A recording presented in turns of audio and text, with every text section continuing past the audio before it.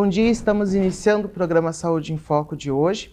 Eu vou conversar com o Dr. Marcelo. Bom dia, doutor, seja bem-vindo. Bom dia, Oswaldo, e obrigado pelo convite. Amanhã, no dia 30 de setembro, é comemorado o Dia do Combate ao Reumatismo. E é sobre isso que a gente vai conversar um pouquinho hoje.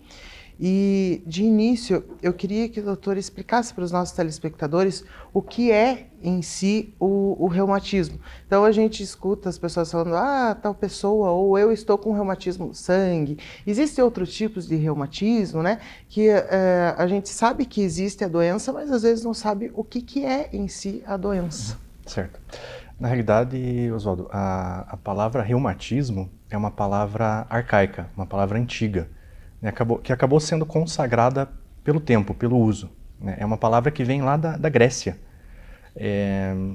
Os gregos, eles acreditavam que as doenças eram causadas pelo desequilíbrio humoral, né? Que a gente tinha lá no nosso corpo 4 humores, a bile, a linfa, a bile amarela, a bile negra, a linfa e o sangue, né? Os 4 humores primários do organismo. E acreditava-se que toda doença era causada por desequilíbrio nesses humores. Por exemplo, a pessoa ficava com febre porque tinha sangue demais no corpo, né? Tanto que a sangria, a retirada de sangue era um dos tratamentos utilizados até a Idade Média para tratar algumas doenças. E a linfa, ela dava origem, teoricamente, né, de acordo com os gregos, a um humor secundário, né, chamado reuma. E esse reuma, ele se deslocava pelo corpo, indo até as articulações, né, causando dor. Né? Então, os gregos acreditavam que as dores articulares eram causadas pelo contato, né, com uma gota desse humor secundário chamado reuma. Né? Então, as dores articulares elas ficaram conhecidas globalmente, popularmente, né, como reumatismos. Né? Então, quando o paciente afirma eu tenho reumatismo ou eu sofro de alguma doença reumática, na realidade o que ele quer dizer para o médico ou para o profissional de saúde é que ele tem dor, né? Dor em alguma articulação.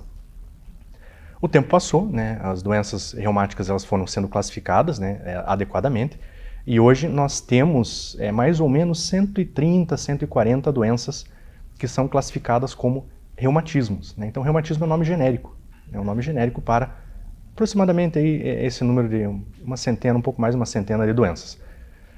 Por exemplo, artrite reumatoide é um reumatismo. Né? Osteoporose é classificada também como reumatismo.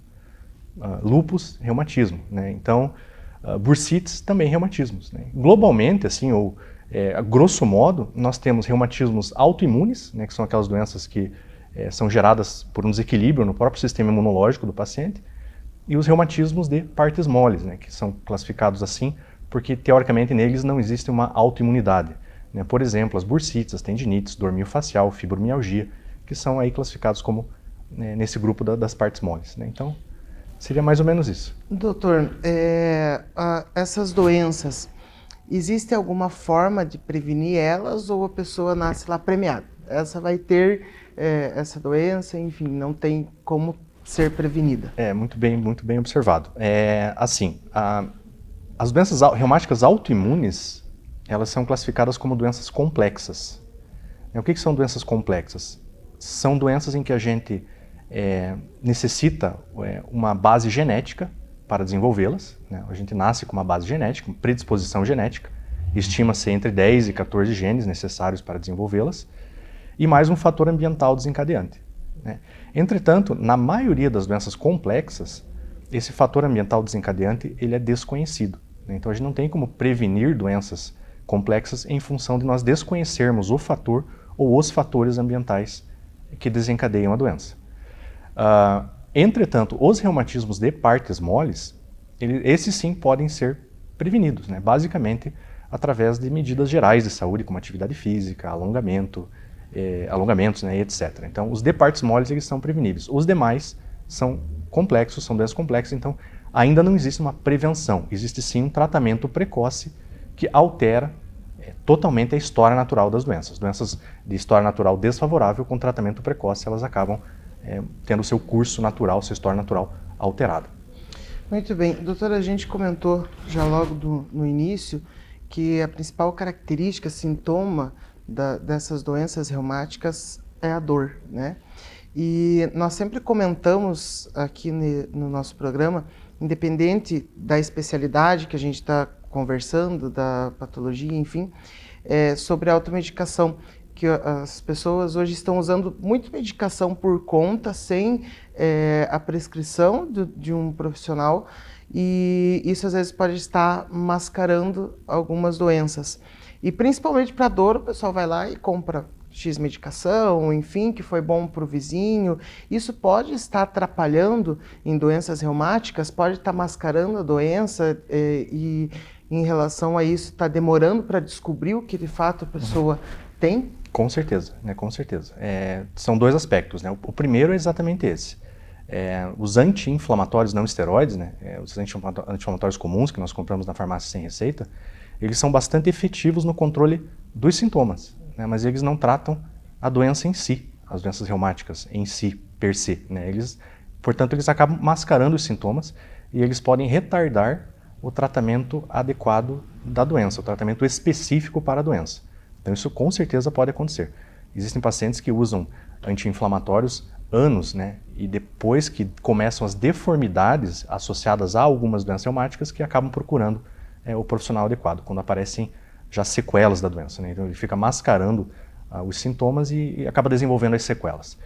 E o segundo problema é exatamente os efeitos colaterais dos anti-inflamatórios, né? São vários, né? Anti-inflamatórios não são medicamentos isentos de efeitos adversos, né? Principalmente gastrointestinais, úlcera péptica, renais, né? Os anti-inflamatórios de uso prolongado eles podem causar insuficiência renal.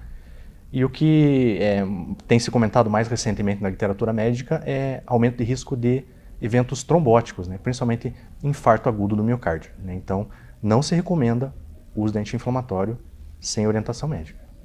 Muito bem.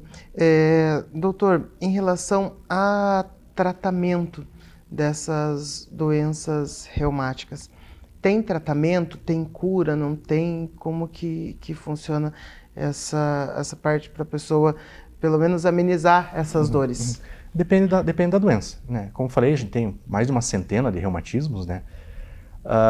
Os reumatismos de partes moles, bursites, tendinites, miofascial, fibromialgia, geralmente eles têm um prognóstico melhor, mais favorável, inclusive até cura, né? Muitas vezes a gente obtém cura dessas doenças de partes moles, né? Então, com o tratamento adequado a gente consegue suspender a medicação e o paciente permanecer com ausência de sintomas. Entretanto, as doenças autoimunes, reumáticas autoimunes, são tratadas habitualmente em longo prazo, né, com imunossupressores, né, medicamentos que alteram o sistema imunológico do indivíduo, tornando o sistema imunológico mais brando, mais lento. As autoimunes, geralmente elas são bem controláveis, quer dizer, o paciente entra em remissão, ou seja, tem o desaparecimento dos sinais e sintomas, mas geralmente ou habitualmente o tratamento é prolongado, talvez eventualmente até contínuo, para a vida toda. Porém, né, eu jamais tiro a esperança do paciente, porque existem relatos de cura de lúpus, existem relatos de cura de artrite reumatoide, cura de espondilite, né? Aqueles pacientes que entram em remissão, nós retiramos o medicamento e o paciente acaba permanecendo sem sintomas e sem medicamento. Isso é cura, né? Remissão é o desaparecimento dos sintomas com o tratamento. Existe a cura. Não é comum, é improvável, mas pode acontecer. Porém, o paciente fazendo o tratamento, ele pode não apresentar os sinais e sintomas. Exatamente, ele pode ficar em remissão, né? Tomando, como hipertensão arterial sistêmica, como diabetes, né? Toma o medicamento, controla a doença e fica como se fosse com ausência de doença, mas usando o medicamento contínuo. Doutor, nós vamos agora para um rápido intervalo e quando voltarmos a gente vai pegar algumas doenças, as mais comuns, e a gente vai conversar um pouquinho daí sobre algumas dessas 100 e poucas doenças aí voltadas ao reumatismo. 2 minutinhos, nós estamos de volta com o programa Saúde em Foco aqui pela TVE, canal 58.1.